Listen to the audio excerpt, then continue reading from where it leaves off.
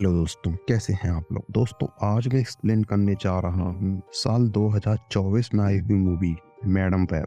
दोस्तों, इस मूवी की कहानी काफ़ी ज़्यादा अच्छी है जो आप लोगों को बेहद पसंद आएगी। अभी कुछ समय पहले ही मैंने इस मूवी को देखा था अमेज़न पर और मैंने सोचा कि क्यों ना इस मूवी को आप लोगों के लिए एक्सप्लेन किया जाए। इस मूवी की कहानी स्पाइडरमैन के जन्म से पहले की है और अगर आप मेरी तरह स्पाइडरमैन के फैन हैं तो आपको ये वीडियो जरूर देखनी चाहिए और आप इस वीडियो को स्किप नहीं कर सकते। तो चलिए दोस्तों, ज्यादा वक्त ना गवाते हुए शुरू करते हैं अपना वीडियो। मूवी की स्टार्टिंग होती है साल 1973 से, जहाँ पे हम एक औरत को देखते हैं जो कि स्पाइडर्स के ऊपर रिसर्च कर रही थी। इस औरत का नाम होता है कॉन्सेंट और ये यहाँ पर स्पाइडर्स के ऊपर रिसर्च कर रही थी। ये पेरू के जंगलों में आई हुई थी और इसका मकसद था उस स्पाइडर को ढूंढना जिसके अंदर असीम शक्ति होती है। उसका एक साथी भी था जिसका नाम था एजिकल। हम देख पाते हैं कि कॉन्सेंट यहाँ पर प्रेग्नेंट है और उसको रिसर्च करने में काफी ज्यादा प्रॉब्लम हो रही है, लेकिन फिर भी वो इस रिसर्च को जारी रखना चाहती थी क्योंकि ये अपने काम के प्रति कुछ ज्यादा ही समर्पित थी। तभी हम देखते हैं कि कॉन्सेंट अकेले ही रिसर्च करने के लिए आगे चली जाती है और एजिकल को वो भेज देती है। एजिकल जब कैंप में वापस आता है तो वो वहाँ पर कॉन्सेंट की डायरी की फोटोज खींचने लगता है। जब वो फोटो खींच ही रहा होता है कि तभी हम देखते हैं कि वहाँ पर कॉन्सेंट आती है उस मकड़ी को लेकर। वो बताती है अपने साथियों को कि उसने उस मकड़ी को ढूंढ लिया है। तभी हम देखते हैं कि यहाँ पर एजिकल आ जाता है और वो कॉन्सेंट के दो साथियों को मार डालता है और कॉन्सेंट से बोलता है कि वो इस मकड़ी को उसे दे दे। कॉन्सेंट बोलती है कि इस मकड़ी के जरिए हम मानव जाति की भलाई कर सकते हैं। तो एजिकल उससे बोलता है कि मानव जाति की भलाई से मेरा कोई भी संबंध नहीं है, मुझे भला करना है केवल अपना, और इसीलिए वो उस मकड़ी को छीनने लगता है। कॉन्सेंट उस मकड़ी को नहीं देती, इसीलिए वो उसको शूट कर देता है और उससे उस मकड़ी को लेकर चला जाता है। तभी हम देखते हैं कि वहां पर एक स्पाइडर पीपल आता है। जी हाँ दोस्तों, स्पाइडर पीपल, और वो कॉन्सेंट को बचाकर वहां से ले जाता है। वो उसकी डिलीवरी करता है और एक मकड़ी के जरिए उसका इलाज करने की कोशिश करता है, लेकिन अफसोस वो कॉन्सेंट को बचा नहीं पाता। लेकिन कॉन्सेंट से मरते वक्त वो वादा करता है कि वो उसकी बेटी का इंतजार करेगा और जब उसकी बेटी सवाल पूछने के लिए यहाँ पर आएगी तो वो उसे उसके सारे सवालों के जवाब देगा। उसके बाद मूवी पड़ जाती है 30 साल आगे, जहाँ पे हम देख पाते हैं कैसेंड्रा को,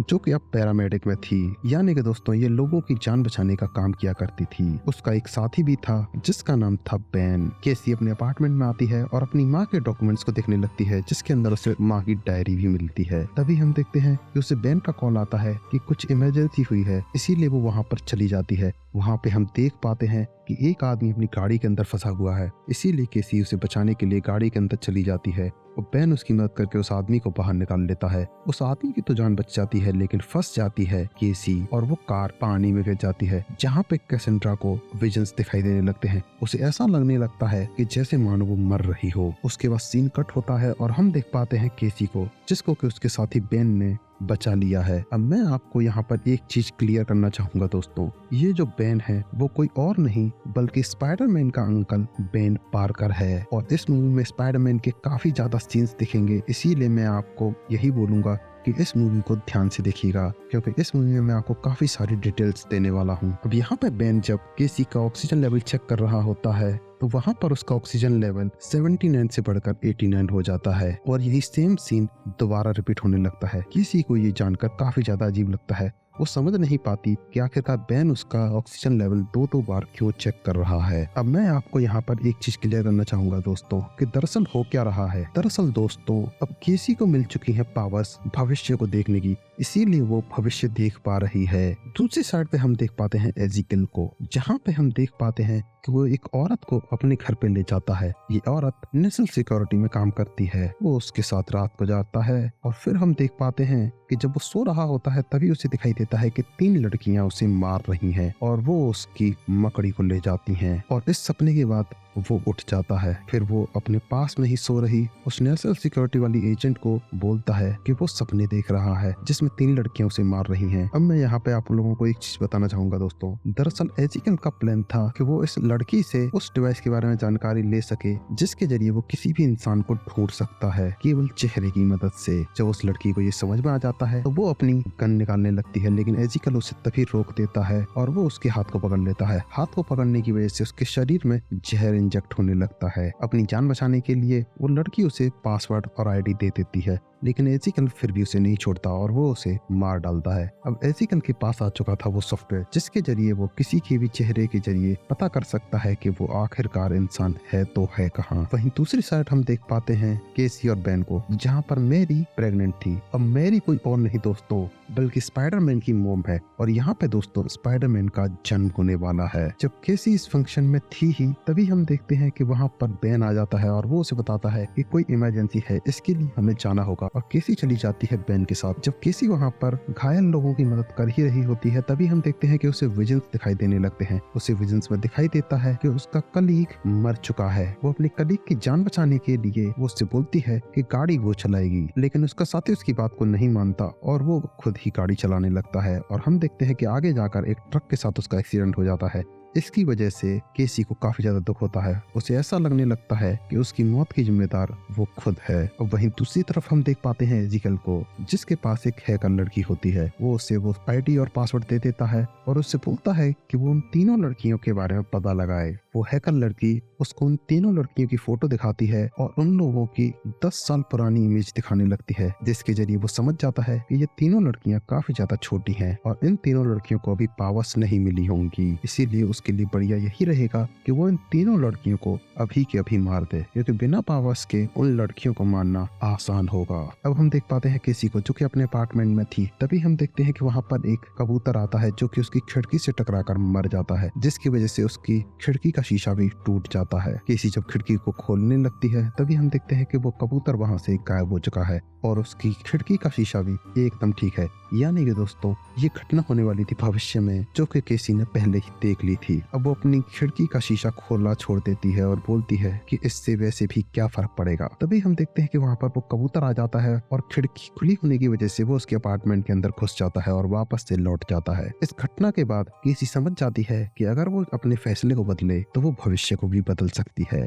और इसी चीज को बताने के लिए वो चली जाती है बेन के पास। बेन के पास पहुंचने के लिए वो मेट्रो का सहारा लेती है। वो मेट्रो में जाने लगती है तभी वहाँ पर उसे 3 लड़कियां दिखाई देने लगती हैं। वहीं दूसरी साइड हम उस हैकर लड़की को देखते हैं जिसको कि एजिकल ने हायर किया था। वो उन तीनों लड़कियों को मेट्रो स्टेशन पर देख लेती है और वो बता देती है एजिकल को, और एजिकल भी उन तीनों लड़कियों को पकड़ने के लिए वहां पे पहुंच जाता है। जब केसी मेट्रो में होती है तभी हम देखते हैं कि उसके पास तीनों लड़कियां वहीं आती हैं जिनको कि एजिकल मारने वाला था। और केसी को भविष्य में दिखाई देने लगता है कि एजिकल इन तीनों लड़कियों को मारने लगता है, इसीलिए वो फैसला करती है इन तीनों लड़कियों की जान बचाने की। वो इन तीनों लड़कियों को लेकर बाहर आ जाती है और हम देखते हैं कि ये तीनों लड़कियां उल्टा उसे ही ब्लेम करने लगती हैं। वो उसकी बात नहीं मान रही होती।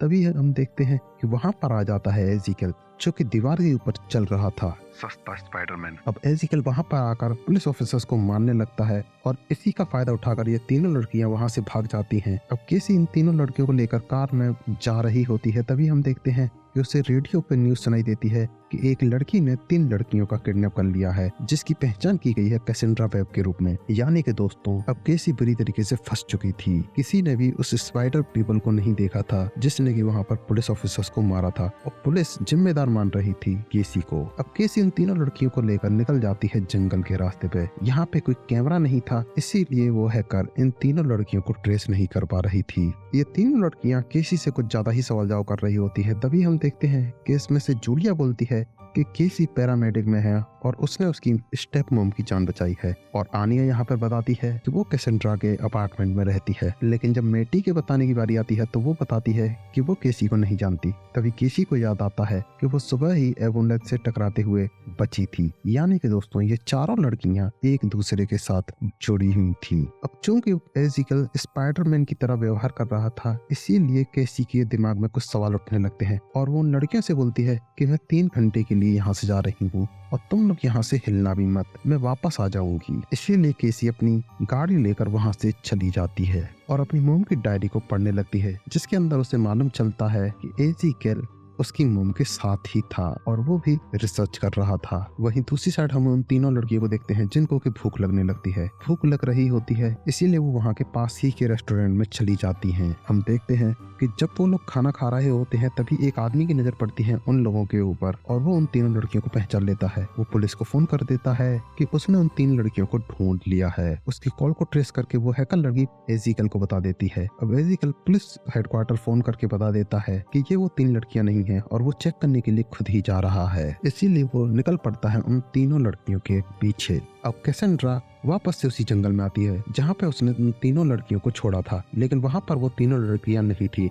इसीलिए वो उसके पैरों का पीछा करते करते उसी रेस्टोरेंट के पास पहुंचती है जहाँ पे वो उन तीनों लड़कियों को टेबल के ऊपर नाचते हुए देखती है। ये लड़कियां यहाँ पर एंजॉय कर रही थी। तभी हम देखते हैं कि यहाँ पर आ जाता है एजिकल और वो उन तीनों लड़कियों को मार डालता है और साथ ही साथ मार डालता है वो केसी को, और केसी का वजन यहाँ पे खत्म हो जाता है। यानी कि दोस्तों जो भी घटना इसने अभी तक देखी थी वो फ्यूचर में होने वाली थी। इसीलिए केसी दिमाग लगाती है और वो पैदल चलने की बजाय गाड़ी का सहारा लेती है और वो कार को तेज तेज चलाने लगती है। लेकिन अफसोस दोस्तों, इससे पहले कि वो वहाँ पर पहुंच पाती, उससे पहले ही आ जाता है वहाँ पर एजिकल और वो उन तीनों लड़कियों को मारने ही वाला होता है कि तभी अपनी कार के जरिए केसी एजिकल को ठोक देती है और वो उन तीनों लड़कियों को लेकर वहाँ से निकल ही रही होती है कि तभी हम देखते हैं कि एजिकल उसका हाथ पकड़ लेता है। अब चूंकि वो अपने हाथ से जहर छोड़ता है इसीलिए केसी जख्मी होने लगती है, लेकिन कैसे भी करके वो अपनी जान बचाती है और उन तीनों लड़कियों को लेकर निकल जाती है। अब एक बार फिर एजिकल के हाथों से वो तीनों लड़कियां निकल चुकी थी। वो हैकर लड़की उसे बताती है उस चौथी लड़की के बारे में, यानी कि केसी के बारे में। वो उसे बताती है कि उस लड़की का पूरा नाम कैसेंड्रा वेब है और वो कॉन्स्टेंट वेब की बेटी है। इसके बाद एजिकल समझ जाता है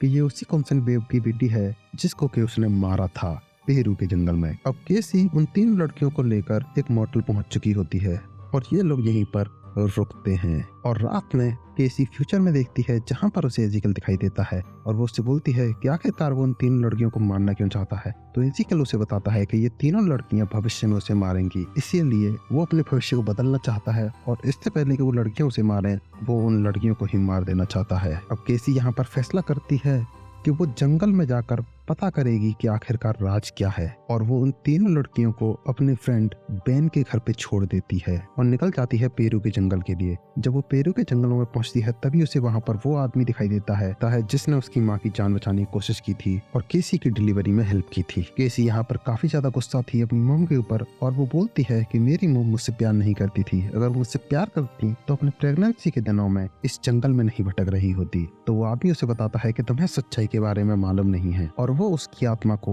उसी पानी में फेंक देता है जिस पानी के अंदर केसी का जन्म हुआ था। और केसी जब पास्ट में जाकर चेक करती है तो वहां पर उसे समझ में आ जाता है कि उसकी मॉम इस जंगल में इसीलिए आई थी क्योंकि वो अपनी बेटी को बचाना चाहती थी, क्योंकि केसी का बचना मुश्किल था और वो अपनी बेटी को बचाना चाहती थी। इसीलिए वो इस जंगल में आई थी ताकि वो इस मकड़ी के जरिए अपना इलाज कर सके और केसी की जान बचा सके। इसके बाद केसी रोने लगती है क्योंकि उसे समझ में आ जाता है कि उसकी माँ मुझसे कितना प्यार करती थी। अब यहाँ पर केसी उस आदमी से बोलती है कि वो एजिकल को नहीं रोक सके क्योंकि वो फिजिकल पावर में उससे काफी ज्यादा कमजोर है। तो वो आदमी उसे बताता है कि तुम्हारा दिमाग उससे भी ज्यादा स्ट्रॉन्ग है और वो चीजें कर सकता है जो कोई और नहीं कर सकता। तुम एक ही समय में कई जगह उपस्थित हो सकती हो। वहीं दूसरी साइड हम देखते हैं कि मेरी को पेन होने लगता है, यानी कि वो अब पीटर पार्कर को जन्म देने वाली थी। इसीलिए बेन उसे कार में बिठाकर वहां से ले जाने लगता है। वो लड़कियां भी उसके साथ होती हैं और जब वो लड़कियां बाहर आती हैं तभी उस हैकर को मालूम चल जाता है कि वो लड़कियां कहाँ हैं। इसीलिए वो एजिकल को बता देती है और एजिकल पहुंच जाता है उन लोगों के पास। दूसरी साइड हम केसी को देखते हैं जो कि बेन के घर पे आई हुई होती है।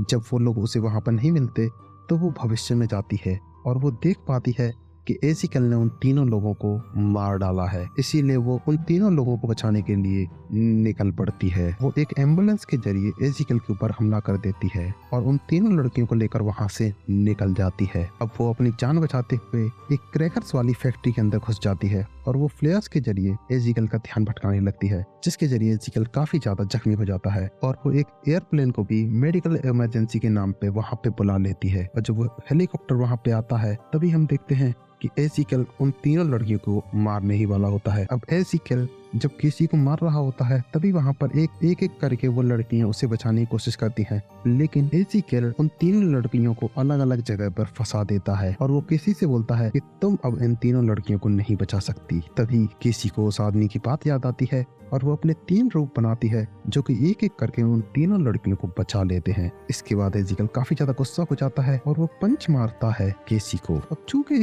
केसी जानती थी कि वो किस तरीके से एजिकल को मारेगी और कहाँ पे उसकी मौत होनी है, इसीलिए वो उसे वहां पर ले आती है जहां पर वो मरने वाला था और ऊपर से एक चीज गिरती है जिसके जरिए वो वहां पर फंस जाता है और वो पुल टूट जाता है और एसिकल की मौत हो जाती है। लेकिन वो पुल टूटने की वजह से केसी भी पानी के अंदर गिर जाती है और उसकी आंखें डैमेज हो जाती हैं, उसकी सांसें भी रुक चुकी थी। लेकिन वो तीनों लड़कियां सीपीआर की वजह से उसे जिंदा कर लेती हैं और उसे हॉस्पिटल ले आती हैं। वहीं दूसरी साइड हम देख पाते हैं कि पीटर पार्कर का जन्म हो चुका है, यानी कि दोस्तों अब अपना स्पाइडरमैन आ चुका है। दूसरी साइड हम देख पाते हैं केसी को, जिसकी आंखें अब जा चुकी हैं। लेकिन हम देख पाते हैं कि केसी की आंखें तो जा चुकी हैं, लेकिन अब उसकी शक्तियां काफी ज्यादा बढ़ चुकी हैं। अब वो भविष्य को पूरी तरीके से क्लियर देख पाती है और उसने अपनी शक्तियों के ऊपर भी काबू पा लिया है। और इसी के साथ खत्म हो जाती है दोस्तों अपनी ये मूवी। अब आप मुझे कमेंट करके बताइएगा दोस्तों कि आपको ये मूवी कैसी लगी। पर्सनली मैं अपनी बात करूं तो मुझे ये मूवी काफी ज्यादा अच्छी लगी।